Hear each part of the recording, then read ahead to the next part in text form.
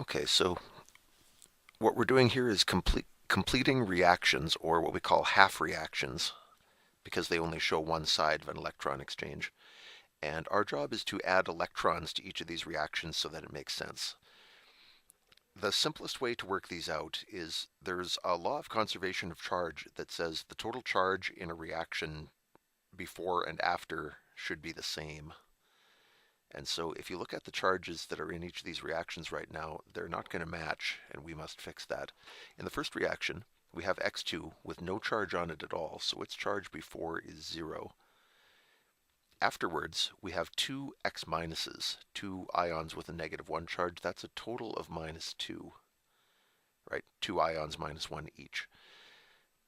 This reaction is blasphemy as written because the charge starts at 0 and goes down to -2. Those numbers should match. We can fix this, and the only way we're allowed to change it, they say, is by adding in the appropriate place electrons, which have a negative charge. So we can't bring up the negative side. What we have to do is drag down the higher side.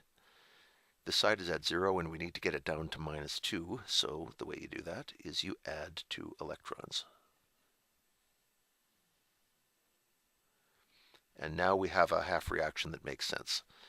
We had two neutral X's, and each of them acquired an electron, so now there are two X's, each with a -1 charge.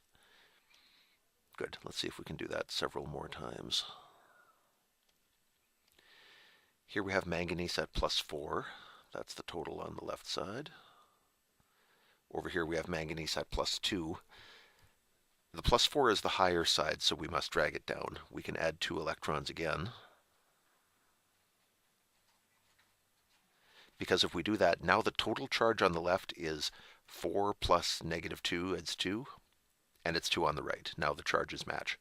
So you're always going after the higher side, and if you give the higher side electrons, those electrons drag it down. That's how you make them even. Here we have phosphorus with a charge of 0. I'll put the number over there. Over here, what do you think the charge is? Don't say -3. It's actually -12 because there are 4 phosphide ions. So total charge of -12. This side is much higher. It's 12 higher, so the only way to explain that would be we need 12 electrons over here on the left. Z is not an element yet, so I don't know what to call this. It's element Z. Here it's at -5. Here it's only at -2. This is the higher side. If we want to drag this down from -2 to -5, we need 3 more electrons.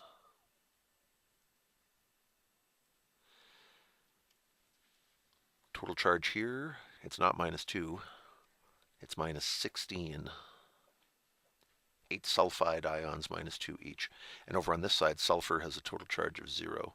So if we're going to make these match and we can only add electrons, we need 16 electrons on the right side. Copper 1, copper 2. This side is 1 higher, so we can even them up by giving this side 1 electron. 0 and +3. This side needs 3 electrons. And here we have sulfur with a charge of 0. Here we have, good grief, 24 times -2, -48 is the charge on the right-hand side. So the only way to even that up is 48 electrons on the left. Quick review. Which of these are oxidations and which are reductions? Well, anything where you have electrons on the left side is gaining electrons, and it'll be a reduction. This looks like, here's X, sees some electrons lying on the ground, and afterwards you don't see those electrons anymore. Why not? Because X picked them up.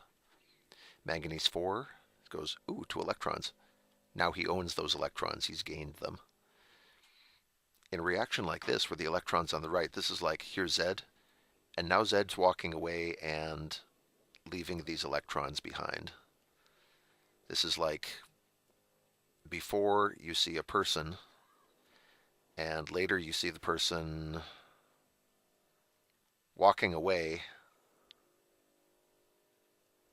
and here's their wallet lying on the floor. What would you say there? You'd go, oh, he lost his wallet.